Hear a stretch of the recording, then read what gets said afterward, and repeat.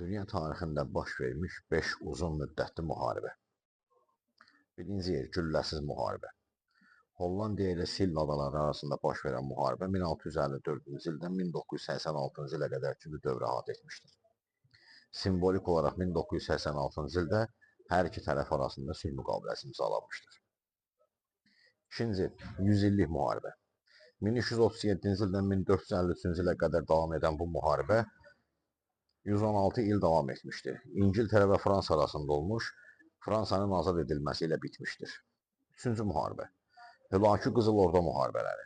1262-ci ildən 1357-ci ilə qədər davam edən bu müharibə üst-üstə 95 il davam etmişdir.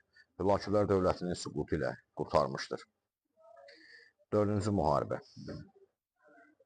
Qaraqoyunlu Teymuri müharibələri. Belə ki, 1387-ci ildə Teymurun Qara Məhəmmədin üzərinə hücumu ilə başlamış, 1458-ci ildə Cahanşah Qaraqoyunlu ilə Əbu Səid Teymuri arasında Herat müqaviləsi ilə bitmişdir. Üst-üstə 71 il çəkmişdir. Və ən nəhayət 5-ci yer, Yunan-Fars və yaxud Midiya müharibələri. 500-cü ildə başlamış, eradan əvvəl 449-cu ildə sona yetmişdir və üst-üstə 51 il çəkmişdir.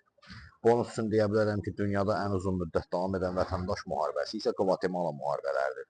1960-cı ildə başlamış bu müharibə 1996-cı ildə sona yetmiş və 36 il çəkmişdir.